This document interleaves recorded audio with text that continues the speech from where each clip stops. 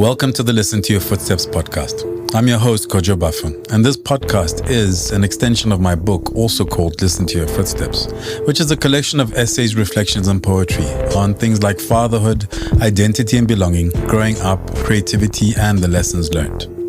The purpose of this podcast is to gain insight and learn from the journeys that others have taken.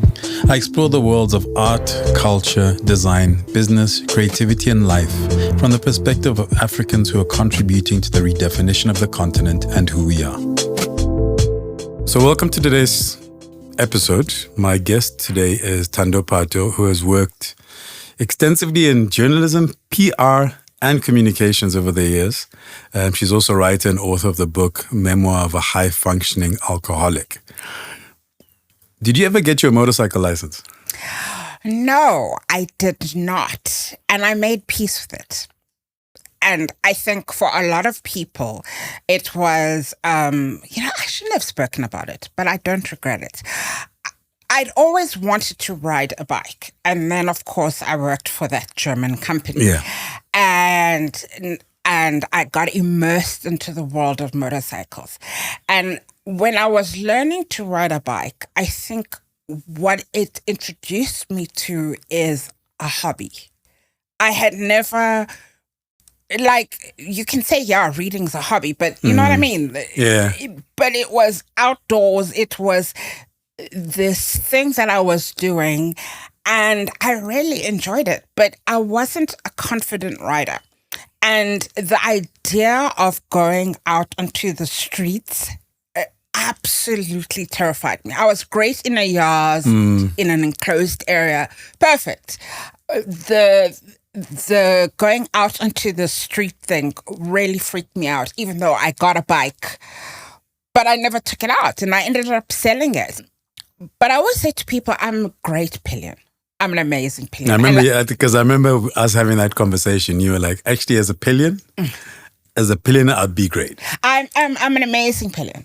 I'm very responsive with the rider, and I think I enjoy it that way, because when you're sitting on the back and you can take things in, and you can, the first time I was a pillion was in Clarence by the Golden Gate. Yeah. And it was such an amazing experience. The first bike I was pillion on was an S1000RR, and I stopped him. It was Neo Matsunyan. I stopped him. I was like, sir, this is not for me. Because as he's leaning to one side and the road is right there by your nose, I was like, no, this is not for me. So we swapped, and I went on a GS, and I had a hell of a time. I really, really had a good time. And I've been on a few pillion rides after that. Not as many as I'd like to. I don't have a boyfriend who rides. I really wish once a month I could just go on an outride somewhere. It was interesting for me because my journey into riding a motorcycle, you have a significant part of it. I learned with, BMW Rider Academy, I think I did my first course just before you joined. But then my first ever motorcycle launch was with you, and going through kind of my journey with it and finding my comfort in it, where in the beginning you said, I want to get a license, I want to ride, etc. And my finding kind of my space in it and my joy in it. And then having a conversation years later and you going, do you know what? I'm happy to sit on the back. Let somebody do the heavy lifting, which to a certain extent makes sense because when you're riding, there's the joy of being out in the elements and seeing the road. But when you're the person physically riding, sometimes you miss stuff. Yeah. I think, the thing with motorcycles is that people who ride them make it look so easy. You know what I mean? Especially when somebody's on a super bike and they whiz past you But the technicalities of riding, it's quite a technical thing. And the awareness you have to have as a rider is 20 times more than you do as a driver. You know, as a driver, you get in, you can look at your phone, Yeah. you're distracted, everything's more automatic. Whereas with riding, it isn't that case. That isn't the case. But I still love bikes. I've always loved bikes. And I love the people who ride bikes. I think there's a certain spirit that all motorcycle riders kind of have in them, you know, and I really enjoyed that. And I really enjoyed at the time working at BMW, bringing people in, you know, into that space, you know, and teaching them about bikes. And because, again, people don't understand how varied models are and cultures are and things like that. You know what I mean? Everybody like rides a Harley and wears those horrible leather vests with emblems and logos. Don't say that to motorcycle club people, because that's like its own world. You know? It's its own world. You know what I mean? But there are various subcultures, and I was very fortunate to get immersed in it. I mean, I went to BMW. What do they call them? I think Motorrad days in Germany. Wow, dude, it's like, it was hot as hell. That was the trip I was trying to hustle my way on that never happened. I mean, the heat that we're experiencing in Joburg now, that's what it was like 5 o'clock in the morning. It was already 25 degrees. It was humid. And they had set up this, it's like a festival. So, and the bike displays, but not only current models, but old models. So what a lot of people don't know, that BMW actually started out as motorcycles. The cars came later. You know what I mean? And then they had this guy who unfortunately took his life, Chris something or other. He was, he did sort of like tricks and stuff I mean, what he could do on a bike was mind-boggling. And then you had your beer tents and you had movies. It was a whole other world, and it was amazing. I went, I think, with 4 journalists, and we went into the Alps. We went into the rural parts of Germany, and when I say rural, I just mean it's not like rural here. No, it's just these little quiet towns with wooden houses where a schnitzel, which is what you eat mostly in Germany, is like the size of a plate. And they don't warn you about portion sizes, which is what I always found so interesting about Germans. They eat like black people. Like, portions is like, it's like, how? I mean, so my aunt actually stays in a small village, something like what you're describing in Germany. Yeah.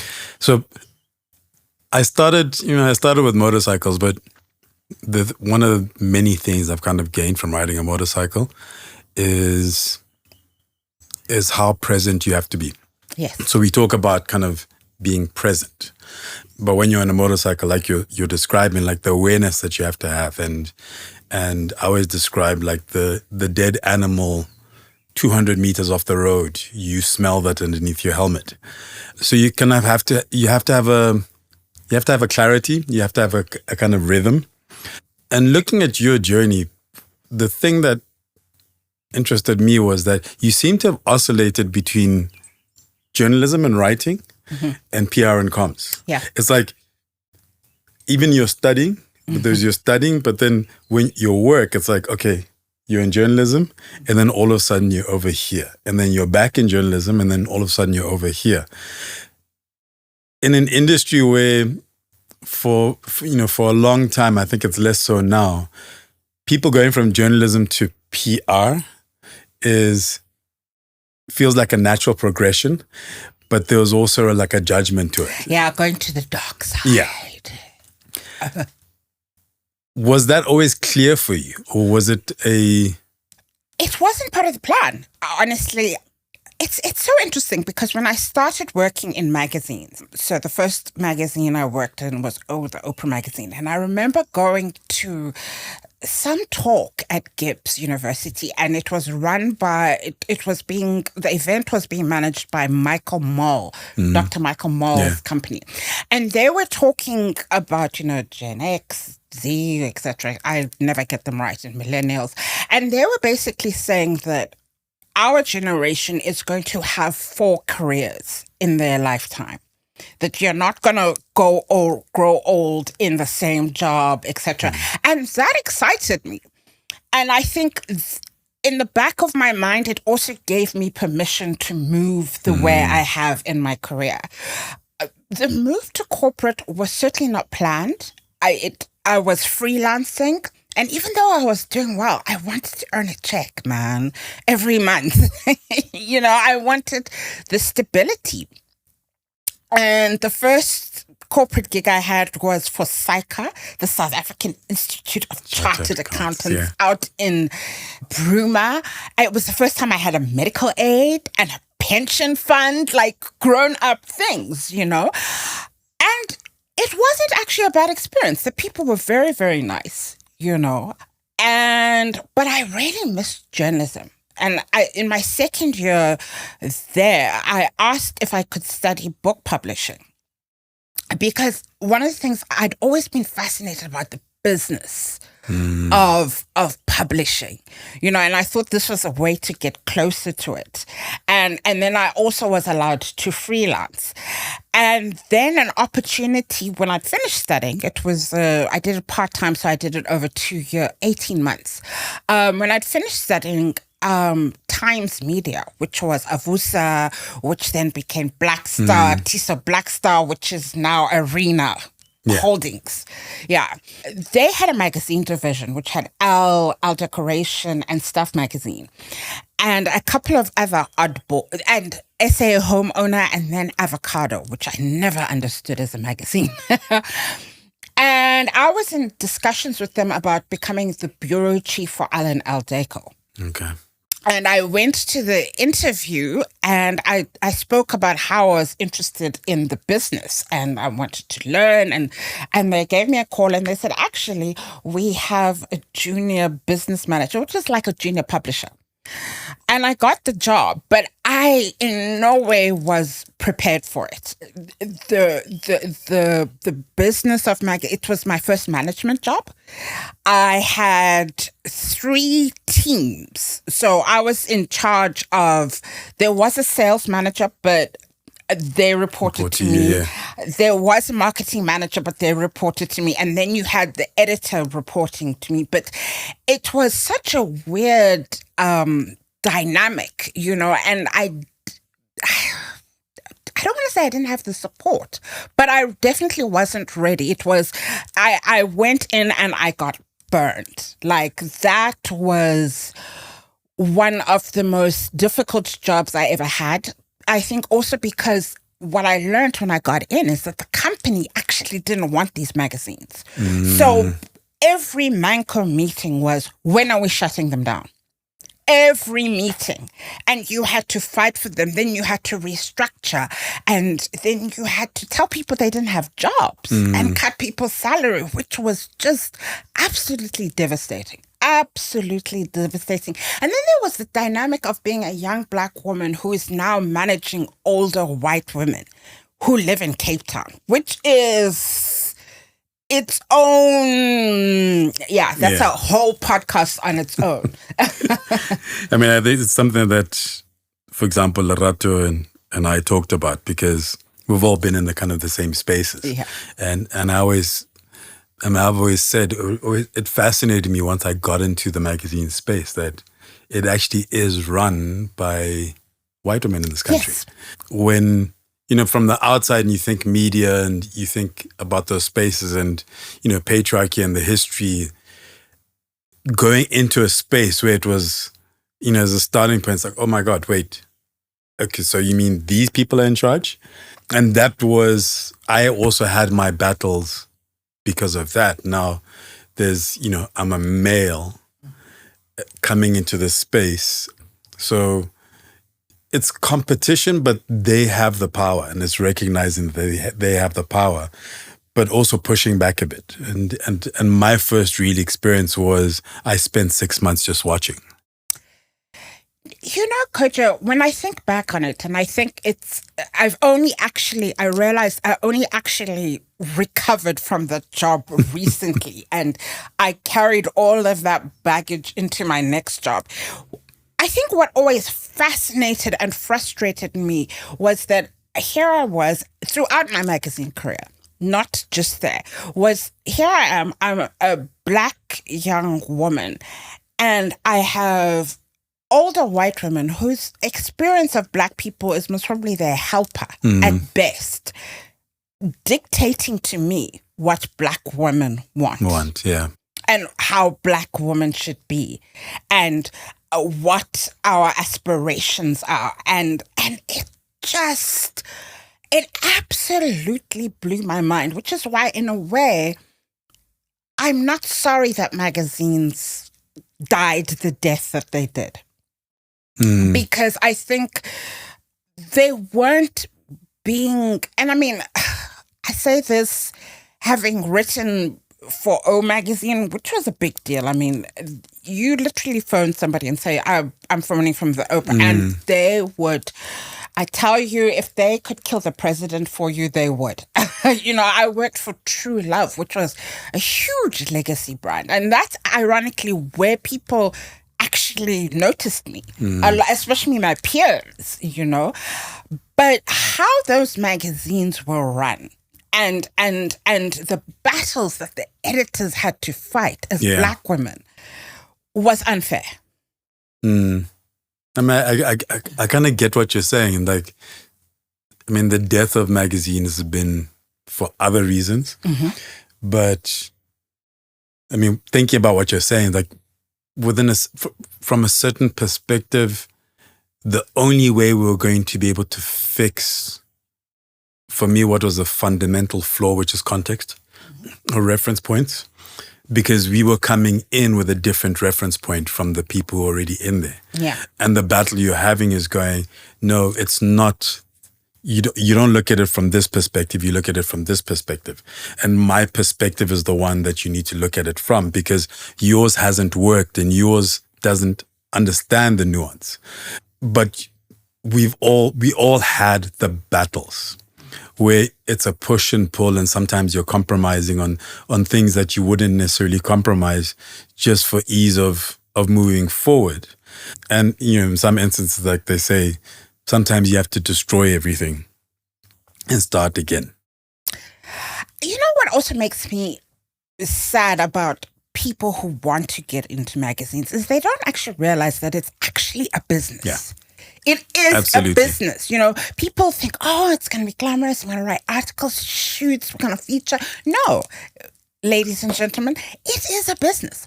Printing costs a lot of money. Distribution costs a lot of money. Shoots, things cost money. And so I think people get into it and then they don't understand. I mean, and then when you have an international brand, they're actually license fees. Yeah. And if the magazine is already not making money and you are running at a loss but paying, you know, your licensor, it doesn't make business sense. So I think a lot of people didn't actually, you know, people who started magazines, people who still may be in magazines, I think there's a rude awakening when you see the balance sheet. I feel like it's taken a while in this country. And I mean, you shared something with me recently, and then we had this kind of brief conversation. I was like, this is stuff that is, you know, some of us were thinking about 10 years ago. Yeah. And now all of a sudden there's hype around it. And my cliche has always been the magazine discussion is a business modeling discussion. It's not an emotional discussion. Absolutely. Recognizing that it's become emotional because of this country and its history and the access that people had. And, you know, every now and then ads still have Black people singing and dancing, and, you know, Indian people or colored people with golfs and booming sound systems, or, you know, an accent or whatever, because there was never any nuance. But people seeing the gap from an emotional perspective. I mean, I have friends who used to say we need more magazines. I mean, then that speak to the black man in a way that represents him, not speaks down to him, not speaks, not even speaks for him, but literally represents him and engages with the conversation that need to happen. And I remember one friend actually inviting him when I was a Destiny man. I basically invited him into the office. And we sat down in my office and I was like, you see this desk, you see this, laptop sitting on this desk, you see those people sitting over there, you see the lights that are on. All of this needs to be paid for, whether the magazine makes money or not. So I get the emotional, the societal change or the cultural change that needs to happen.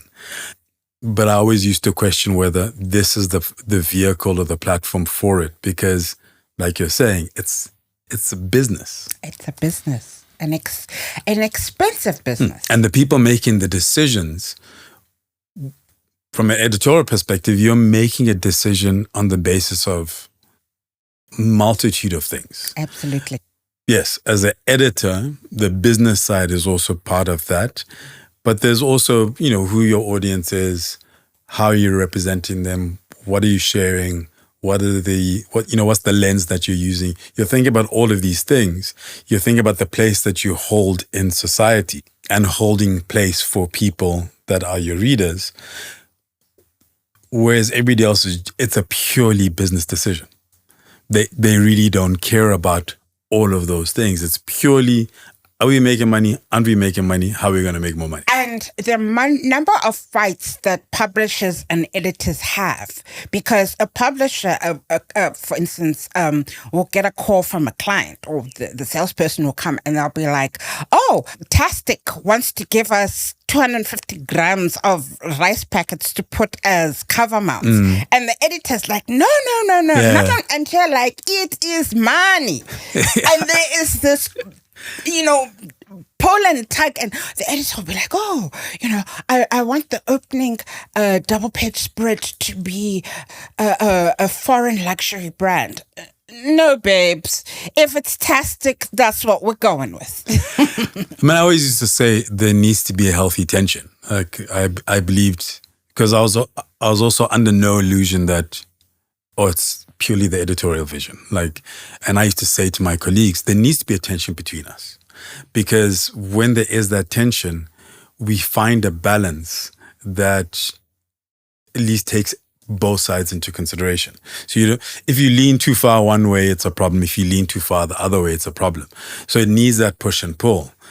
But like you're saying, it became all out war, and then somebody suppressed. It's like, no, we are going to do it this way. Not, okay, what can you give on?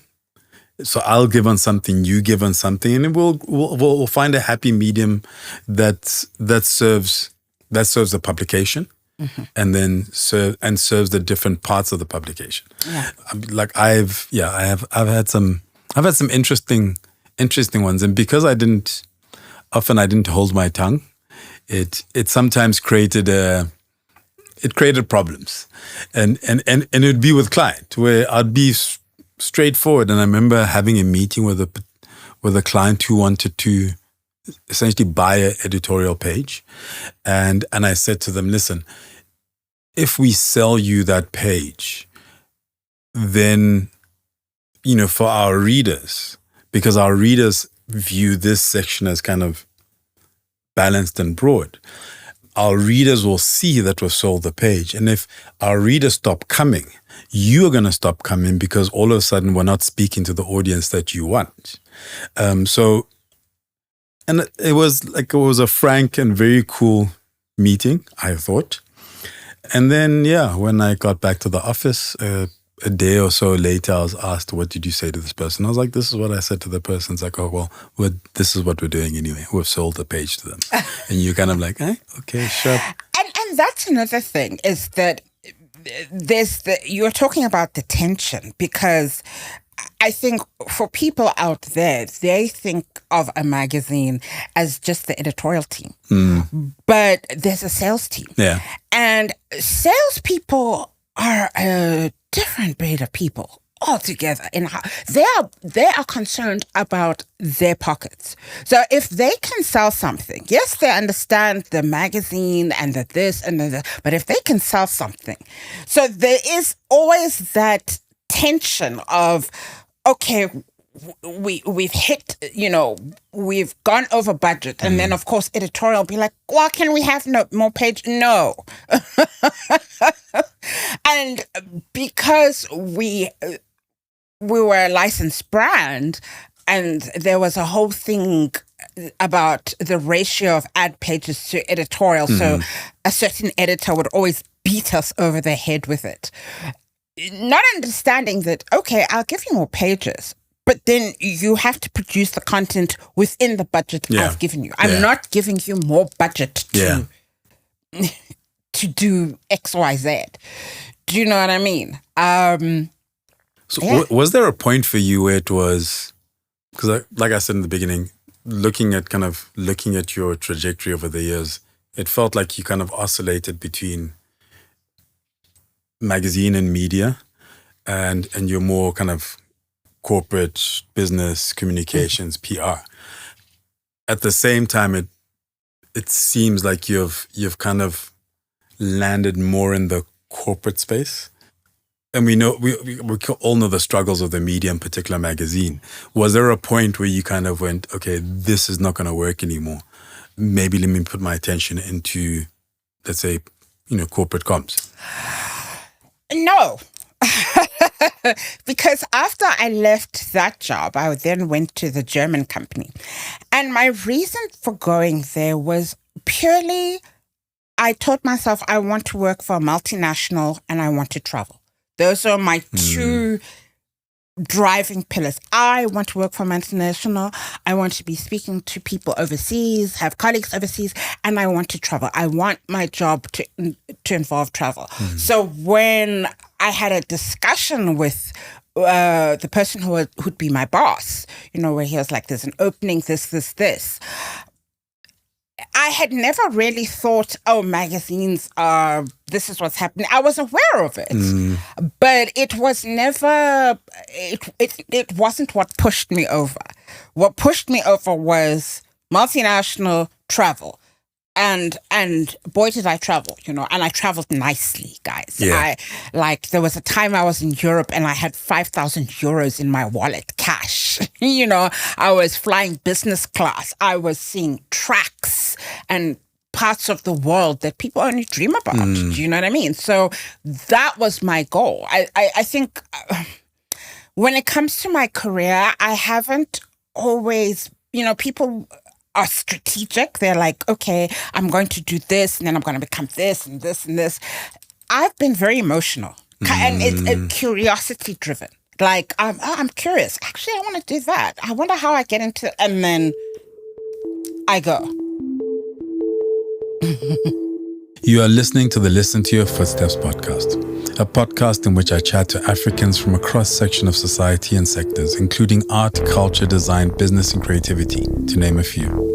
I delve into their journeys, the decisions they've taken to get to where they are, how they do what they do, and everything in between. Essentially, we go wherever the conversation takes us. And then there's the book. So, like you said, so I was looking at what you studied. So you did a BA in social science. Yes. And then you did journalism. Yes. And then you did book publishing.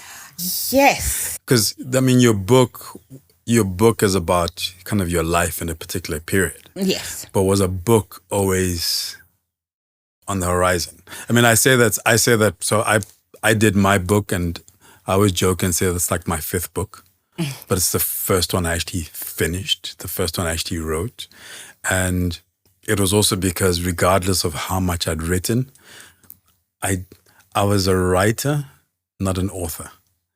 And I felt a little less than. Like I felt a little judged in some spaces. Even though I'd written so many thousands of words in other spaces, but I didn't feel quite like a proper author.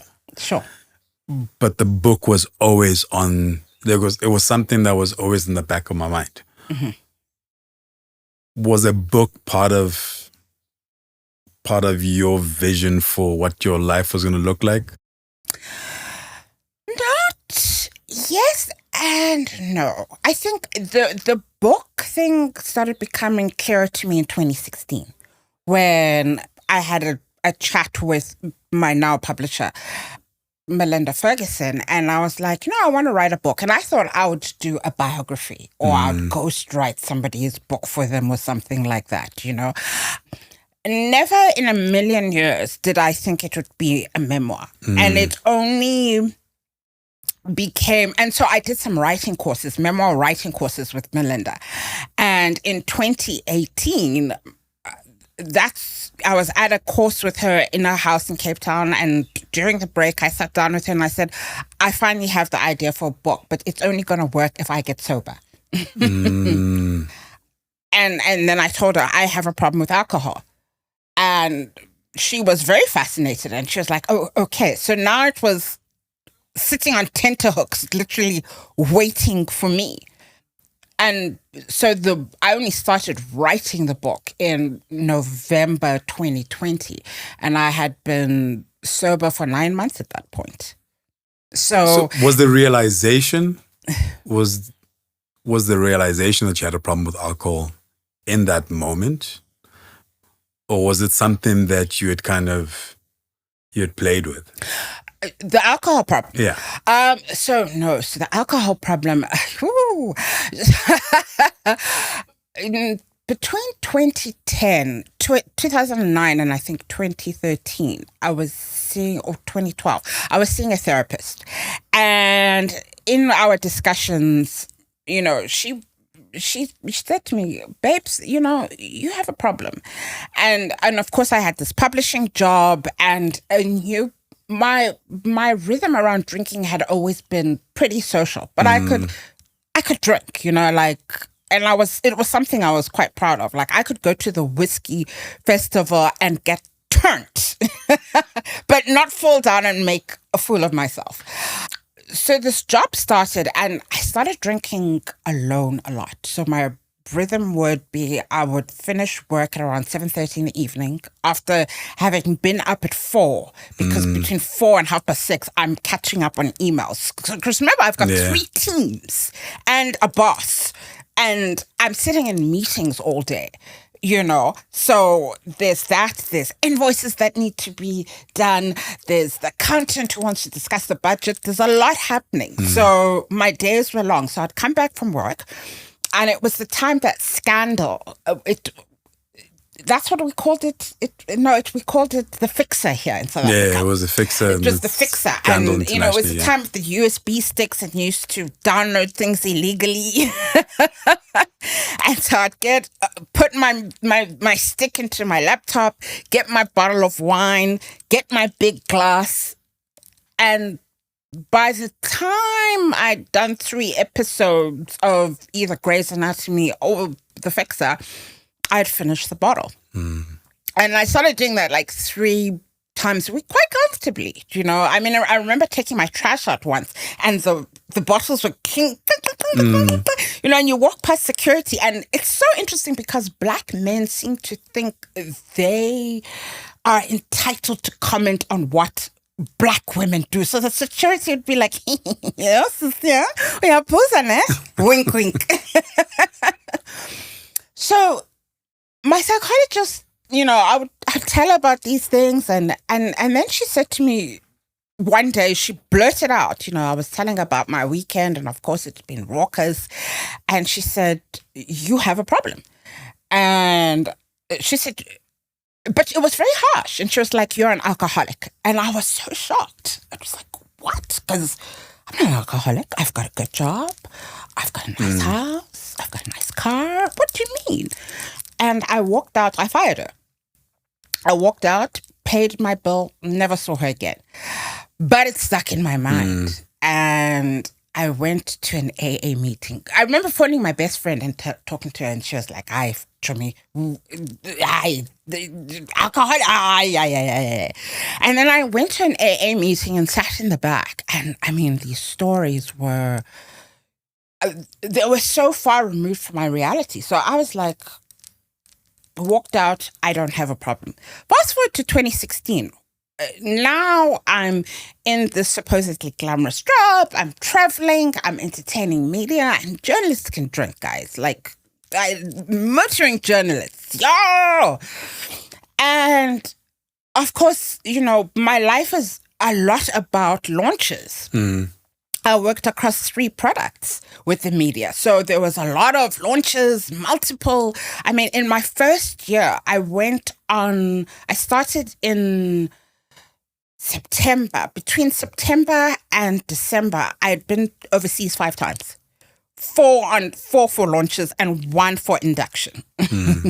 So that was my life. You know what I mean? And it was business class lounges. What do you do when you get to business class lounge? You go to the bar, take out your laptop, you know, sip while you're working. 2016 was a pivotal year in some ways because my father, who was based in Johannesburg, moved to Namibia. And a very important friendship ended. And I think to deal with it, I just threw myself into drinking. And it felt like my year was just a blur of hangovers and drinking. I remember at one point, my friends and I went drinking in Pretoria, and I was too drunk to drive home. So I went home with my friend who lives in Pretoria. I was looking for the bathroom. She lived with her mother. I was looking for the bathroom in the house, stumbled into her mother's bathroom drunk. You know what I mean? Yeah. It was that kind of, okay, I'm not in control of this and I can't seem to stop. So I then, you know, had a discussion with my brother, and we made a pact that I would stop for 12 months and I would call him if I have any problems or issues, etc. And so that was 2017. But at the same time, I also went into therapy. And I think it was about timing and being ready to hear it and being vulnerable. Yeah.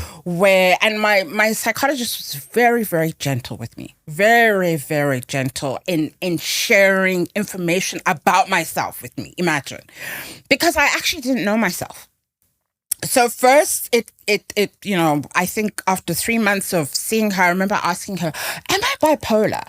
And she said, no, darling, you're not bipolar, but what you are is very, very anxious. You have general anxiety disorder, which then, when you spiral, you go into depressive episodes. And that was like, whoa. It was in these therapy sessions that I also learned that I was an introvert. For most of my life, I thought I was an extrovert because I'm talkative, you know. But no. And she explained to me that the difference between introversion and extroversion, and it's about where you draw your energy from. And when you're an introvert, you need solitude. You need time by yourself, which was so true. So now I'm in this job where I never have time by myself. I'm constantly traveling. I'm in the office. I'm around people. When do I get to recharge my batteries? Yeah. Were you writing the book as you were doing this? No. So you had the conversation with Melinda. I had the conversation with Melinda in 2016 about the initial book. And ironically, I wanted to write a book about Kanye.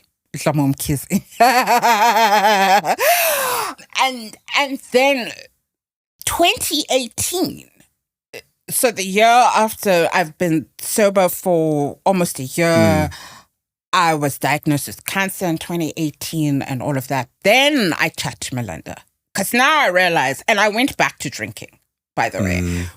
During my cancer journey, I drank through treatment, everything.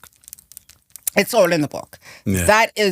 That's when the discussion started happening. But I never took notes. I never really kept a diary or anything.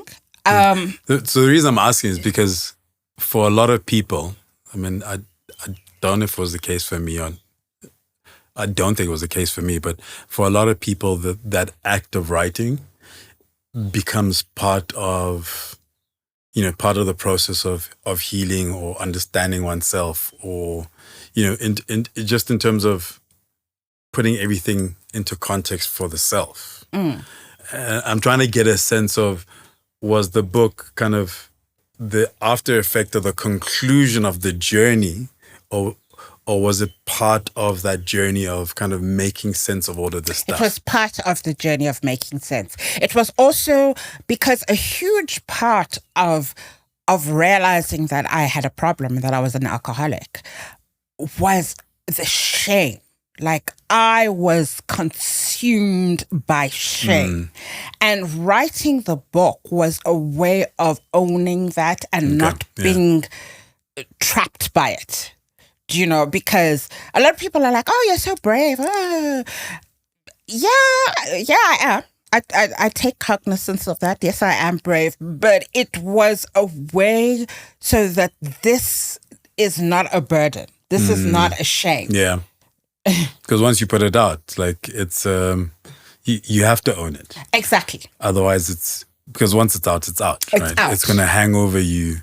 It'll hang over you for eternity if you're not able to then kind of make sense or deal with it. Absolutely. So it was part of the process. I mean, it was hard. The first 16,000 words just came out, like, just tumbled out. I was, and I always talk about this, that, I think part of also what made me brave to write the book was so I stopped drinking in lockdown, ladies and gentlemen. You went the opposite to most people. Yeah. So Cyril told us on, I think, Thursday. Cupcake spoke to us on Thursday. I went out that Friday, bought 3 bottles of wine, smashed them that weekend. I was also living in Cape Town with my mother. And she was one of the first people to call me out about my drinking. And we had clashed about it. Do you know what I mean? And she was one of the people where it was like, it's not cool. So once I finished those bottles of wine, I knew that was it. Do you know what I mean? And we were then in lockdown. You couldn't get alcohol. I always joke that if I was in Joburg. Yeah, if you're in Joburg, it would have been easy. But I'm just thinking the fact that you're in Cape Town, because Joburg, I mean, is a statute of limitations. Like Joburg, there was an entire network that ran across this. There was a network in Cape Town. I knew people. I actually worked with a girl whose parents own a wine farm. So they were also doing it. But it was just, I think I'd reached that point where I was like, okay, I'm going to do this. And the only people who knew were my family. I never, and my psychologist, who I was having Zooms and WhatsApp calls with. So that's when I decided to do that. And then in August, Chadwick Boseman dies. And it comes out that he's been living with cancer, with colon cancer for 4 years. And that just had such a profound effect on me. Like, I became obsessed with his wife, who's now an artist and has a great album out. And I think it also kind of spurred me to write the book, because I was just like, can you imagine? Yes, he decided to keep it private, but when you're going through a cancer journey, it touches every aspect of your life, and not to be able to tell people about it. Do you know what I mean? And to train so hard for Black Panther. I mean, when I was going through my journey, I had a double mastectomy and implants. I then had to have chemo.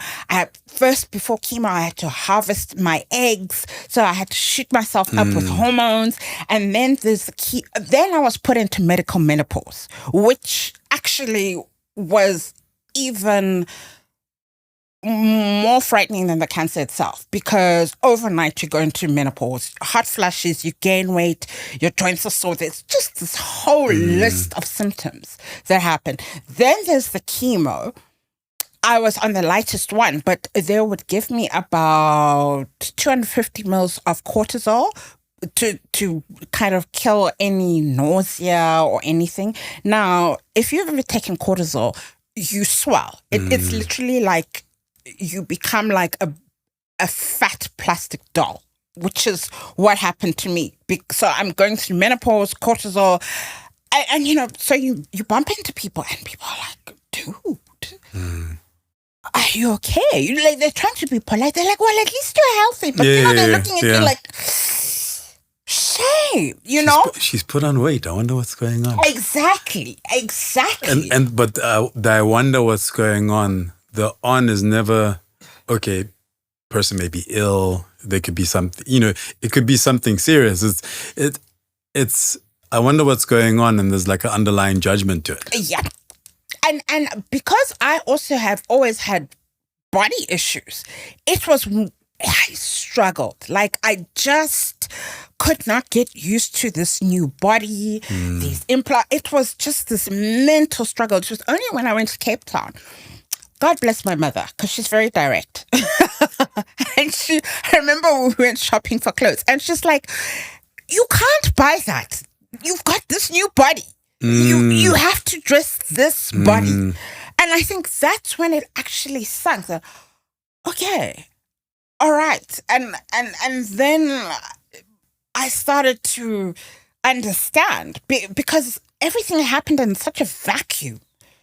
I was only just catching up with myself. And of course, everybody's response is, oh, but you're healthy. Yes, you are healthy. But there have been these events that have happened and these decisions that you had to make, which change your reality. And also also that dealing with the alcohol. Mm-hmm. So there's all of these things which under normal circumstances are hard enough. Yeah. If you add alcohol to it, or addiction of any sort, then even the decisions on this are not necessarily going to be, you're not as balanced or as level-headed as you need to be to deal with things that are huge to deal with. Absolutely. Because you've got this added dimension which distorts the lens through which you're interacting with the world. Absolutely. I basically shut down that year, is what I realized. Is I was so overwhelmed, and I was so scared. And I have this reflex of when I'm really, really good in crisis. I'm the girl you want in a crisis, because I just know what to do. I'm calm. And that's how I approached my own diagnosis. I was very concerned with the people around me and not with myself, because I literally shut down. And when I felt the fear or the anxiety, I'll just drink it away, forget it, keep it moving. Yeah, I mean, it's heavy. Because when you talk about alcohol or any type of addiction, and it's weird for me, I'm not the judgmental former alcoholic or former addict, but I find that sometimes I still don't get it. Yeah. Like, I've been there, but how I was able to kind of get off stuff was being quite disciplined about how my lifestyle is structured, the people I interact with, the places I go. And I was very deliberate with it in the beginning, such that it's become second nature. And I've been realizing kind of more recently, like, I also started therapy, which I think I've talked about a couple of times, but just kind of having these conversations and realizing that it's become such second nature that I've lost, in some instances, it feels like I've lost the understanding of what it's like to be in the middle of that mind state. Yeah. And so I'm being forced to kind of just take a step back and go, you need to understand that it's not logical. It's not because I've did it for so long. I mean, I was having a conversation with a friend of mine recently who's also recovering and has been sober and off substance for years. And we were talking about drinking. Because you're saying to me, but how do you drink? I'm like I have comfortably drank for years. Because I can have a shot of something and then I'm done. And I don't have to think about it. There's no willpower involved. It was like, I feel like tasting this right now. I've tasted it, I'm good.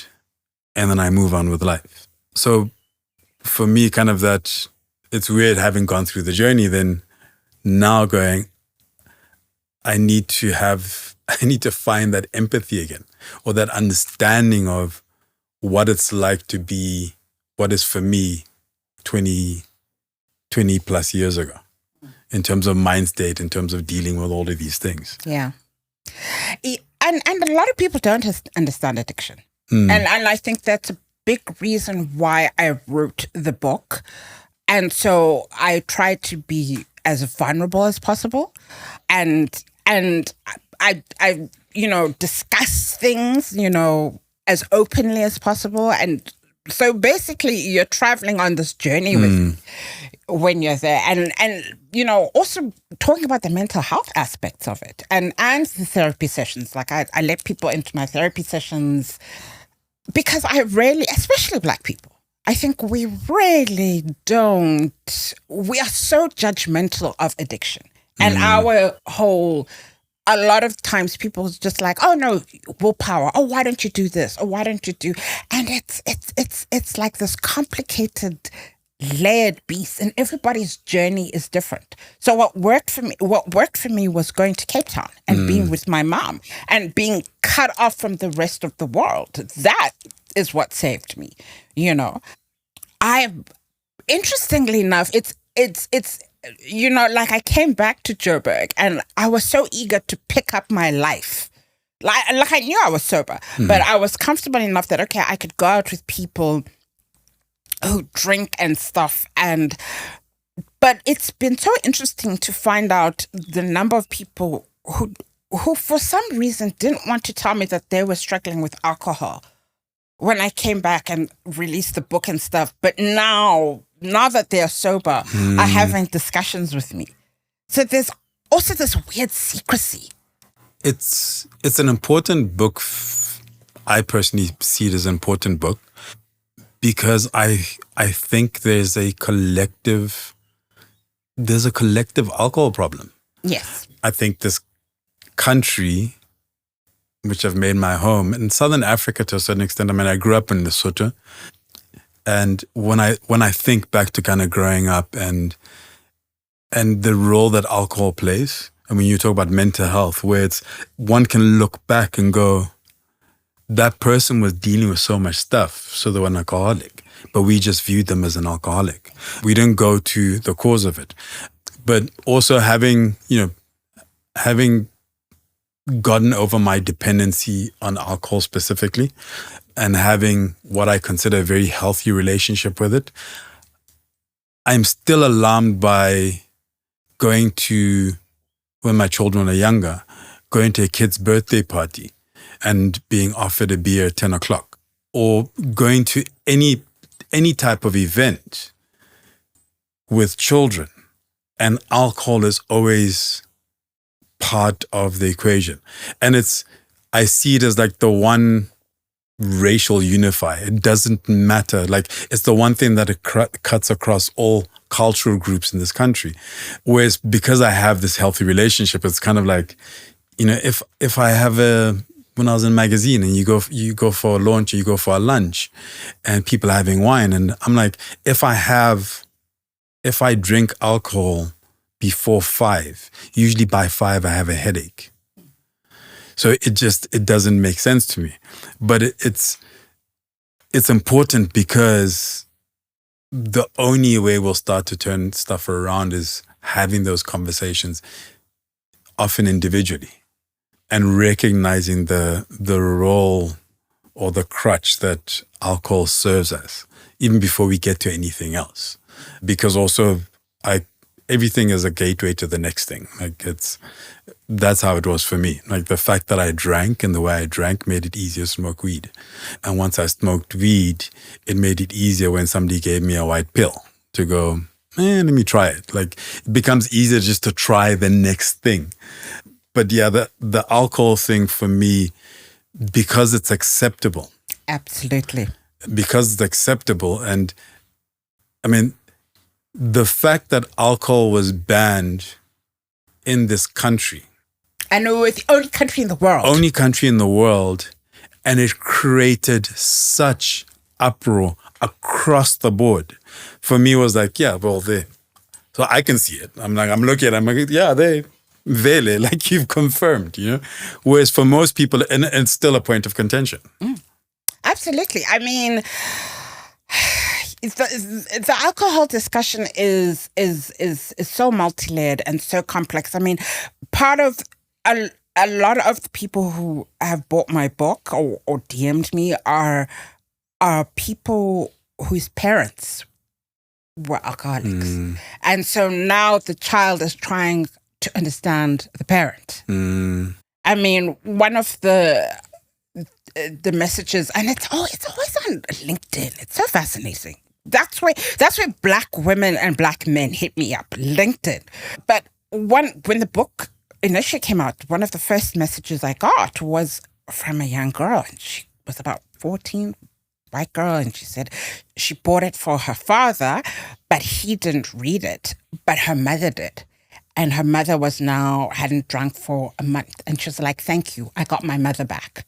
We went to the spa together for the first time. And you're like, and this guy in the Eastern Cape wrote to me, and he's like, thank you for this book. I know I'm not mad for stopping alcohol because everybody says I'm mad and I'm an outcast. Do you know, and it's just like, how do we think this is normal? Yeah. How do we think this is normal? Yeah. I mean, it's I guess. I mean, it's a journey. Are there plans for other books? So kind of shifting slightly to where you are now, and what you're looking ahead to, if you are looking ahead to anything. I am. I'm very. Will there be a book? A lot of people have asked if there'll be a sequel. No. This was once. And I think that the book still has legs. Yeah. And it for me, yes, I'm the author, and I'm going to say it. It's a classic, and I think in 5-10 years, people are going to rediscover it. Do you know what I mean? Because contrary to what a lot of people think, it's actually very funny. Well, I read it. I enjoyed it. Yeah, it's light. I think people think, oh, it's going to be heavy. You know what I mean? I am interested in mental health and women's health. I think because of my personal health journey and the things I've learned and the things I've discovered and the spaces that I'm going into, I definitely want to immerse myself more into mental health, especially in an African context. Because I think a lot of psychology is very Western and white. And we in Africa have our own challenges. I mean, I have a great psychologist who we just sometimes just have discussions. And we were talking about, traditional healers and the fine lines that traditional healers have with mental health. Things like that. Yeah, so that's where I remember a couple of years ago reading a book by, I forgot the author, but it's about Henrietta Lacks. Okay. So please Google her. She was a Black woman in the 50s. And at the time in Jim Crow America, well, it's still Jim Crow if you think about it. In Jim Crow America, experiments were being done on Black people. So Black people were being shot up with syphilis and things like that. So, but her cells were taken. And it's about, it's a journey that is a biography about her life and her family and what happened to her, but also about how the medical profession boomed and grew from the use of her cells. It is an excellent book. So it's got heart, but it's got science. And I'd love to write a book like that. And there's enough, within our context. Yeah. I think within what did they say, a square mile, or a square kilometer, you could find enough root and fodder for that. Yeah.